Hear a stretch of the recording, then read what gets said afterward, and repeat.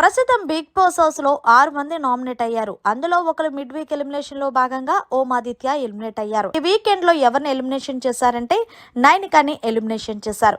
ఇక నైనిక నువ్వు ఎలిమినేట్ అని చెప్పగానే ఒక్కసారిగా నైనిక చాలా ఎమోషనల్ అయ్యి అలాగే సీతని విష్ణుప్రియని పట్టుకొని ఏడ్చేసింది. ఇక తర్వాత నిఖిల్ దగ్గరికి వెళ్ళి అన్న నేను టాప్ 5 లో ఉంటాను అనుకున్నాను, కానీ అంతా జరిగిపోయింది. ఏదైనా సరే నేను గేమ్ మీద కొంచెం కాన్సన్ట్రేషన్ పెట్టుంటే మీతో పాటు సమానంగా ఉండేదాన్ని.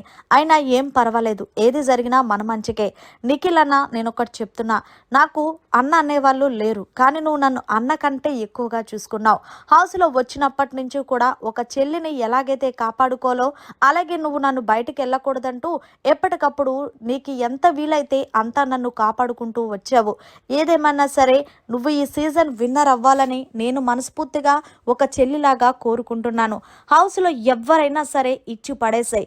వైల్డ్ కార్డ్ ఎంట్రీ అయితే ఏంటి, ఎవడైతే ఏంటి, నిఖిల్ దగ్గర బలాదూర్ అన్నట్టుగా ఉండాలన్నా అంటూ మంచిగా బూస్టప్ ఇచ్చింది నిఖిల్కి. కొంచెం ఫీల్ అవుతున్నానన్నా, నిన్ను వదిలేసి నీ ప్రేమను వదిలి వెళ్ళాలంటే చాలా ఇబ్బందిగా ఉంది. ఏదేమైనా సరే నేను ఆడకుండా తప్పు చేశాను, కానీ ఆ తప్పు నువ్వు చెయ్యొద్దు. ఎక్కువ ఎమోషన్స్ పెట్టుకోద్దు. అమ్మ నిన్న ఏదైతే మెసేజ్ పెట్టిందో ఆ మెసేజ్లో భాగంగానే నువ్వు ఫాలో అవ్వు. అమ్మ ఎలా వెయిట్ చేస్తుందో కప్పుతో ఇక్కడ నీ చెల్లి కూడా అలాగే బయట వెయిట్ చేస్తుంది. ఇక్కడ నుంచి నేను నీకు ఫుల్గా సపోర్ట్ చేస్తానన్నా అంటూ నిఖిల్కి చెప్తూ వచ్చేసింది బయటికి నైనిక.